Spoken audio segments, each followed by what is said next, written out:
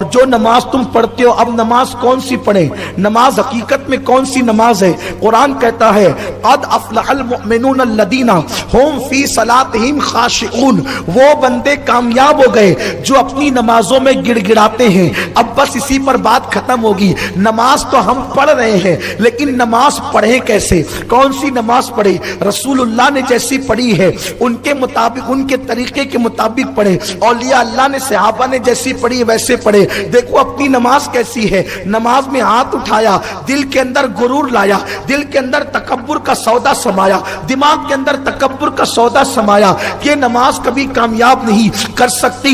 کیسے کرے؟ اللہ اکبر زبان سے کہے اور دل میں یہ تصور کرے کہ اللہ کے سوا کوئی بڑا نہیں ہے، میں بڑا نہیں ہوں، بڑا اللہ ہے۔ کون بڑا ہے؟ بڑا اللہ ہے۔ اور اس کے بعد جب اللہ اکبر کہے، اللہ اکبر، یہ اللہ اکبر کیوں کہتے ہیں آپ کو پتا ہے؟ اس کی بہت سی حکمتیں ہیں۔ یہ بغیر ہاتھ اٹھائے بھی تو اللہ اکبر ہو سکتا تھا، یہ ہاتھ اٹھا کے کیوں ہوتا ہے؟ جب کوئی ڈوبنے والا ڈوبتا ہے نا تو وہ ہاتھ اٹھا دیتا ہے، گویا کہ وہ بتاتا ہے اللہ اب تیرے سوا میرا کوئی سہارا نہیں۔ تو ڈوبنے والا ہاتھ اٹھا کر کہتا ہے تیرے سوا میرا کوئی سہارا نہیں، اور نماز پڑھنے والا ہاتھ اٹھا کر کہتا ہے میں نے پوری دنیا سے ہاتھ اٹھا دیا، بچوں سے ہاتھ اٹھا دیا، بیوی سے ہاتھ اٹھا دیا، کاروبار سے ہاتھ اٹھا دیا، سب سے ہاتھ اٹھا دیا۔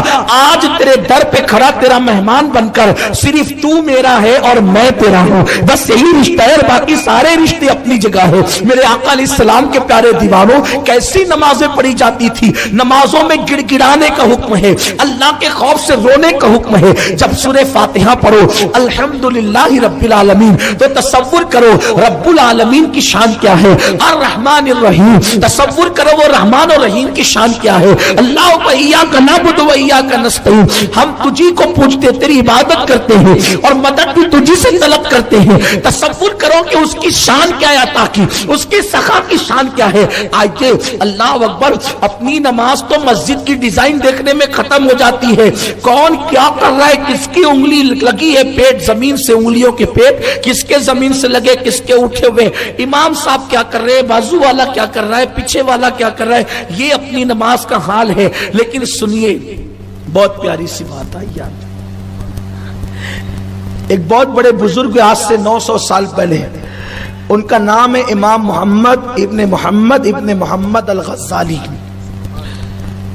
لوگ پہلے نام بھی رکھتے تھے تو بیٹے کا نام بھی محمد، باپ کا نام بھی محمد، دادا کا نام بھی محمد، محبت تھی حضور سے۔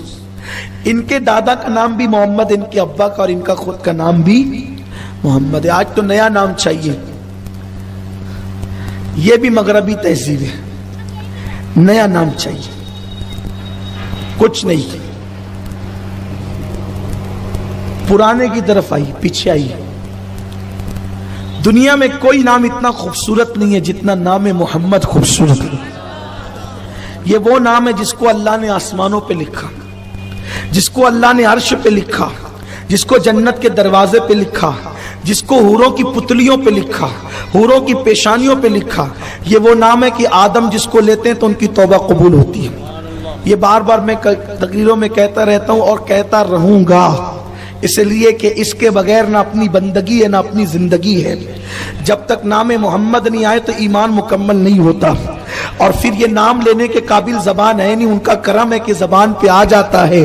ہزار بار بشویم دہن ز مشک و گلاب، ہنوز نام تو گفتن کمال بے ادبیس۔ یا رسول اللہ، ہزاروں کروڑوں مرتبہ اگر میں اپنی زبان کو مشک اور گلاب سے دھل لوں، ایک بار نام محمد لینے کے قابل میری زبان نہیں ہے۔ کیوں؟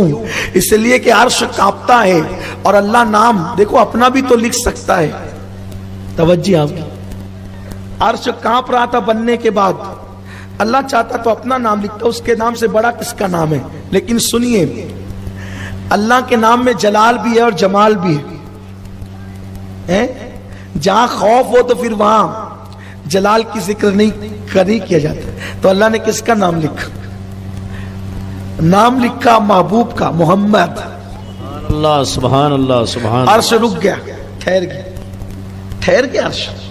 پتا چلا عرش کو بھی یقین ہے جس کا نام میرے دل پر آیا ہے وہ قرار جہاں ہے، سبحان اللہ، تسکین قلوب ہے۔ سبحان اللہ۔ لوگ کہتے ہیں مولانا ہم پریشان ہے، وظیفہ دیجئے۔ ہم کہتے ہیں نام محمد سے بڑا کیا وظیفہ ہوگا؟ جس نام کی برکت سے، جس نام کے وظیفے سے نوح کی کشتی 40 دن تک چلی، کنارہ نہیں ملا، نام محمد زبان پہ کیا ہے، کشتی کنارے لگ گئی۔ سبحان اللہ سبحان اللہ۔ مچھلی کے پیٹ میں جناب یونس نے نام محمد لیا، بے شک لا الہ الا انت سبحانک انی کنت من الظالمین پڑھا، لیکن یہ تو 40 دن تک پڑھتے رہے۔ یہ وظیفہ نہیں پڑھا، میں ایسا نہیں کہتے، پڑھا، لیکن پڑھتے رہے 40 دن تک۔ یہ قبول ہوا نام محمد کے وسیلے سے۔ سبحان اللہ۔ ربنا ظلمنا انفسنا، آدم نے پڑھا، 200 سال تک پڑھتے رہے، لیکن قبول ہوا نام محمد کے وسیلے سے۔ اب پتہ چلا یہ نام کتنا، یہ نام کوئی کام بگڑنے نہیں دیتا، بگڑی بھی بنا دیتا ہے۔ سب نام صلی اللہ علیہ وسلم۔ ان کا نام بھی محمد ہے، ان کے ابا کا، ان کے دادا کا نام، اور ان کے چھوٹے بھائی ان کا نام احمد تھا، الاحمد الغزالی۔ یہ امام احمد غزالی جو تھے، امام محمد غزالی کے پیچھے نماز نہیں پڑھتے تھے۔ اب آپ سننا چاہتے ہیں نا، بس 2-4 باتیں انشاءاللہ بات مکمل ہوگی، کیونکہ نماز کیسے پڑھنا ہے وہ بتانا چاہتا ہوں۔ امام احمد الغزالی چھوٹے بھائی تھے، لیکن نماز امام محمد غزالی کے پیچھے نہیں پڑھتے تھے۔ ان کو ہمیشہ شکایت رہتی تھی، امی بھائی نماز نہیں پڑھتا میرے پیچھے، لوگ سوچیں گے نا کہ کچھ غلط دیکھا ہوگا اپنے بھائی کا، اس لیے نہیں پڑھتا ہے، لوگ شک میں پڑ جائیں گے، شکوک میں مبتلا ہو جائیں گے۔ امی اس سے کہو یہ نماز پڑھے، مانے گا بیٹا پڑھ لیا کرنا کبھی کبھی، نماز کبھی کبھی پڑھ لیا کر میرا بیٹا۔ امام احمد الغزالی کشف کی منزل پر فائز تھے، کشف کی منزل پر فائز تھے۔ امام محمد غزالی بھی کوئی چھوٹے موٹے آدمی نہیں تھے، یہ بہت بڑی شخصیت۔ اگر ان کی زندگی بتاؤں تو ابھی وقت ہوگا، کیونکہ ٹائم ختم ہونے کا ہے۔ امام غزالی نے کہا اللہ اکبر، اور اللہ اکبر کہنے کے بعد جب نماز شروع کی تو سورہ طلاق کی تلاوت شروع کی۔ اب جب سورہ طلاق کی تلاوت شروع کی تو طلاق کی جو آیتیں تھی اس کے معنی پر غور کرتے کرتے طلاق کے مسئلے میں الجھ گئے۔ نمازی میں 1 طلاق کا کیا، اور 2 طلاق کا کیا، اور 3 طلاق کا کیا، وہ سوچنے لگے۔ تو طلاق کے مسئلے پہ امام غزالی گم ہو گئے۔ انہوں نے نماز توڑی احمد غزالی صاحب نے، اور نکل گئے پہلی صف سے باہر۔ یہ بھی کوئی نماز ہے، نکل گئے۔ نہیں آتے تھے تو تھوڑا فتنہ تھا، اب آئے اور چلے گئے تو بڑا فتنہ، اس لیے کہ قوم ہر دور میں قوم ہی رہی ہے، فتنہ باز لوگ تو رہے نا دنیا میں ہر وقت۔ گلستہ میں پھول کھلیں گے تو کانٹے بھی ساتھ ساتھ ہوں گے، کوئی نئی بات تو ہے نہیں۔ فتنہ ہونے لگا، یہ گئے بہت مایوس تھے، امی انہیں اس نے غضب کر دیا آج۔ کیا ہو گیا بیٹا؟ پہلے تو پڑھتا نہیں تھا، آج آیا اور نماز توڑ کے چلا گیا، اور یہ کہے گا کہ یہ بھی کوئی نماز ہے؟ ماں نے کہا بیٹا ایسا کیوں کیا؟ کہا ماں ان سے پوچھو، جب انہوں نے نماز شروع کی نا تو طلاق کے مسئلے میں گم ہو گئے، طلاق کے مسائل پہ سوچنے لگے۔ تو میں نے سوچا جس نماز میں اللہ کا خیال نہیں، طلاق کا خیال ہے، اور غیر اللہ میں یہ الجھے ہوئے ہیں، تو پھر اس کے پیچھے نماز کیسے پڑھوں؟ میں نے توڑ دی۔ تو کہا تو بڑا متقی بنتا ہے، تو تیرا تقویٰ کہاں گیا تھا؟ ارے یہ تو طلاق کے مسئلے میں الجھا تھا اور تو اس کے اندر الجھ گیا، تو کہاں خدا سے لگا تھا؟ تو کہاں خدا سے لگا تھا؟ اگر یہ طلاق میں الجھاتا تو تجھے خدا سے لو لگانی تھی۔ دونوں کام کے نہیں نکلے، ایک طلاق میں الجھ گیا اور ایک غزالی میں الجھ گیا۔ یہ تمہاری نماز ہوئی؟ تو دیکھو یہ بات ہے، لیکن سنو، آئیے اب جو دل سے نماز پڑھتے ہیں، ہماری جماعت کے بلکہ ہمارے مرشدوں میں ایک بہت بڑے بزرگ ہیں، حضرت سیدنا شیخ حبیب عجمی، حبیب العجمی۔ ایک مرتبہ امام حسن بصری ان کے استاد اور پیر و مرشد گئے تھے ان سے ملنے۔ جب ان سے ملنے کے لیے گئے تو حضرت حبیب عجمی جس مسجد میں رہتے تھے اس مسجد میں اقامت ہو رہی تھی۔ امام حسن بصری نے سوچا کہ یہ حبیب اجمی ہے. اجمی مطلب عربی نہیں ہے. تو ظاہر سی بات ہے کہ عربوں کا قرآن پڑھنے کا انداز اور اجمیوں کا، وہاں کی ہا تو بالکل حلق سے نکلتی اندر سے، اور وہاں کی عین بھی بڑی مشہور ہے. تو ایسے ہی عرب والے قرآن، اچھا قرآن پڑھنا چاہیے، اس کا حق ادا کرنا چاہیے، لیکن صرف زبان سے نہیں، کچھ دل میں بھی ہو. آقا نے فرمایا کہ میری امت میں قیامت کے قریب قرہ زیادہ ہوں گے، قاری لوگ قاری، لیکن اکثریت ان میں منافقوں کی ہوگی. وہ قرآن زبان سے پڑھیں گے لیکن ان کے دل میں قرآن نہیں ہوگا. صرف 29 حروف کے مخارج پہ توجہ دینے والے ذرا اپنے دل پر بھی تو توجہ دے، دل میں بھی تو خدا کی خشیت پیدا کر. تو حضرت امام حسن بصری نے سوچا کہ یہ جو حبیب اجمی ہے اس کو بہت زیادہ تلفظ کے ساتھ حروف جو ہے وہ کہاں سے نکلتا ہے، واد کہاں سے نکلتا ہے، را کا مخرج کیا ہے، را کب پور پڑھا جاتا ہے، کب باریک پڑھا جاتا ہے، با اور تا کے معاملات کیا ہیں، بس یہ تو اپنے ہی اپنا پڑھتا ہے. تو اس وقت امام حسن بصری نے سوچا یہ میں پیر بھی تھے، استاد بھی تھے، یہ میری طرح قرآن نہیں پڑھتا، یہ میری طرح قرآن نہیں پڑھتا، میری طرح نہیں پڑھتا. اس کا ایک اپنا انداز ہے پڑھنے کا. اور پھر نماز نہیں پڑھی، ان کے پیچھے اپنی الگ پڑھی، اور اس کے بعد ملاقات کر کے لوٹ گئے. خواب میں اللہ کا دیدار کیا، رات میں رب سے عرض کی مولا میں تیری رضا چاہتا ہوں، مجھے تیری رضا ملے گی کیسے؟ ارشاد فرمایا میرے اللہ نے بصری حسن میں نے تجھے موقع دیا تھا رضا کا، اگر تو فائدہ اٹھاتا تو میں تجھ سے راضی ہو جاتا. کہ اللہ کب موقع دیا؟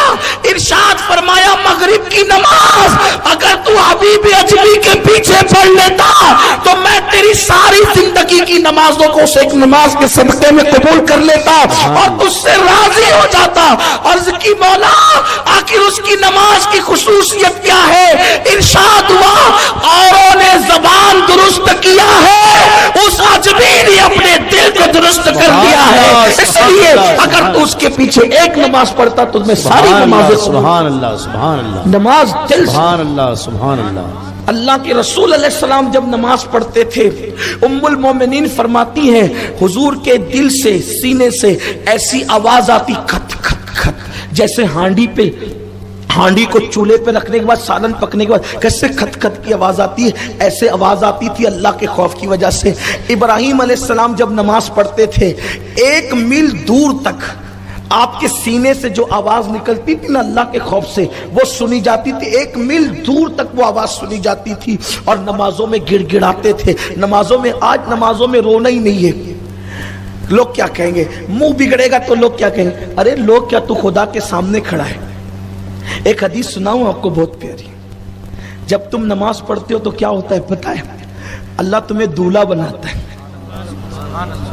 اللہ تمہیں نمازی کو دولہا بناتا ہے. حضور کی حدیث ہے جب تو نماز کے لیے کھڑے ہوتا ہے تو تیرے سر سے لے کر آسمان تک نور کے ستون اور نور کی کنڈیلیں ہوتی ہیں، نور ہی نور ہوتا ہے. میں اپنے الفاظ میں کہوں گویا کہ تیرے سر پہ نور کا صحرا باندھا جاتا ہے، اور پھر آسمان کے فرشتے اترتے ہیں اور زیارت کرتے ہیں نمازی کی. سبحان اللہ. جب تو نماز کے لیے کھڑا ہوتا ہے میرے بھائی، تو الجھ گیا بازار میں، میرے بھائی تو الجھ گیا گیم میں، تو الجھ گیا برائیوں میں، بیوی بچوں میں، سب کے حقوق ادا کر رہے ہیں، رب کے حقوق تو کیوں ادا نہیں کرتا؟ نماز کے لیے ٹائم نکالو. کیوں کہتے ہو مولانا ٹائم نہیں ہے؟ نکالو ٹائم. ٹائم کبھی ملے گا نہیں. جب اپنے پیٹ کی گندگی دور کرنے کے لیے روزانہ ٹائم نکالتے ہو تو اپنی روح کی گندگی دور کرنے کے لیے ٹائم کیوں نہیں نکالتے؟ ایک مرتبہ ایک بزرگ ایک تاجر کے پاس پہنچے، کہا بیٹا نماز، کہا بابا ٹائم نہیں ملتا. تو وہ اس کے کپڑے کی دکان تھی، وہ کپڑا سوننے لگے بزرگ. اس نے کہا یہ کیا بات ہے؟ فرمایا بیٹا جب تو نے کہا نا کہ نماز کے لیے ٹائم نہیں ملتا تو میں تیرے دکان کے تھان سوم رہا ہوں کپڑے. پیشاب اور پاخانہ تو یہی کرتا ہوگا نا، ٹائم نہیں ہے تیرے پاس. تو کہا بابا کیسی بات کرتے ہیں، پیشاب لگتی ہے تو باہر جاتا ہوں. کہا نادان، پیشاب کے لیے ٹائم ہے، عبادت کے لیے ٹائم نہیں. جھوٹ ہے، ٹائم نہیں ہے. جو جتنا کہتا ہے نا ٹائم نہیں ہے وہ اتنا بڑا جھوٹا ہے. سب ٹائم ہے. کل کے مقابلے میں آج آپ کے پاس ٹائم زیادہ ہے. اگر آپ کے پاس ٹائم نہیں ہے تو وہ یہ واٹس ایپ دیکھنے کے لیے ٹائم کہاں سے آتا ہے؟ اگر آپ کے پاس ٹائم نہیں ہے تو 3 گھنٹے ہوٹلوں کی کرسی توڑنے کے لیے ٹائم کہاں سے آتا ہے؟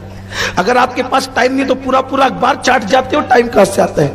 ہوٹل پہ 2 روپے کی 4 روپے کی چائے پیتے ہو اور خود کے گھر میں چوہے بھوکے پڑے ہوئے ہیں، اور وائٹ ہاؤس پہ تم ایسے تبصرہ کرتے ہو جیسے بل کلنٹن تمہارا کلاس فیلو ہے۔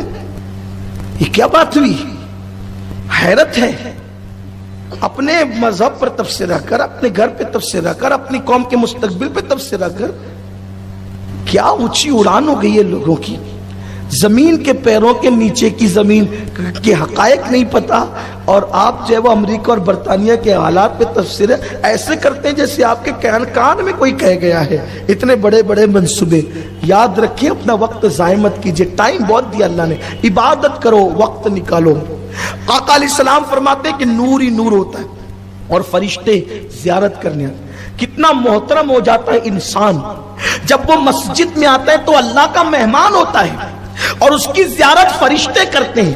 اسی پہ بس نہیں، تیسری منزل، تیسرا درجہ، اس کے سامنے اس کا اللہ تجلی کرتا ہے جیسا کہ اس کی شان کے مطابق ہے۔ یعنی نمازی اور خدا کے درمیان پھر کوئی پردے نہیں ہوتے، اور اس کو احساس دلانے کے لیے پیچھے سے ایک فرشتہ کہتا ہے، بندے تیرا خدا تیرے سامنے، اس کے اور تیرے درمیان کوئی پردہ نہیں ہے۔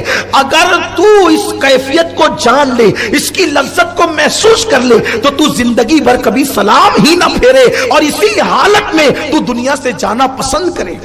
یہ نماز ہے، لیکن ہم نہیں۔ اور نماز میں تصورات پتہ نہیں کیا کیا ہوتے ہیں۔ آسان طریقہ یہ ہے، نماز میں رو، گڑ گڑاؤ، رونا نہیں آتا تو رونے جیسی صورت بناؤ۔ یہ تصور کرو کہ میں اللہ کی بارگاہ میں کھڑا ہوں۔ حضرت امام زین العابدین پاک رضی اللہ تعالیٰ جب وضو کرتے تھے تو آپ کا چہرہ پیلا ہو جاتا تھا۔ لوگ کہتے ہیں حضرت آپ کا چہرہ وضو کرتے وقت تو کیوں پیلا ہو جاتا ہے؟ ایسا لگتا ہے جیسے کسی نے خون آپ کا نچوڑ لیا ہو۔ فرماتے ہیں تجھے پتا نہیں ہے کہ میں کس کے دربار میں کھڑے رہنے جا رہا ہوں، میں کس کے دربار میں کھڑے رہنے جا رہا ہوں۔ اس دربار کی ہیبت کی وجہ سے میرا خون سوکھ جاتا ہے۔ آپ توجہ کریں۔ اور ہم جو ہے وہ چلا پکار کرتے مسجد میں جاتے ہیں اور چلا پکار کرتے مسجد سے نکل جاتے ہیں۔ بتاؤ کوئی انداز بندگی نظر آتا ہے؟ نہ سر جھکا کر، نہ عاجزی، نہ انکساری۔ سب سے بڑی بارگاہ اللہ کی بارگاہ ہے، وہاں گڑ گڑاؤ، وہاں اللہ کی بارگاہ کے اندر عاجزی کرو، رب کی بارگاہ میں رو۔ اللہ اکبر۔ صحابہ جب نماز پڑھتے تھے خود کا احساس ختم ہو جاتا تھا۔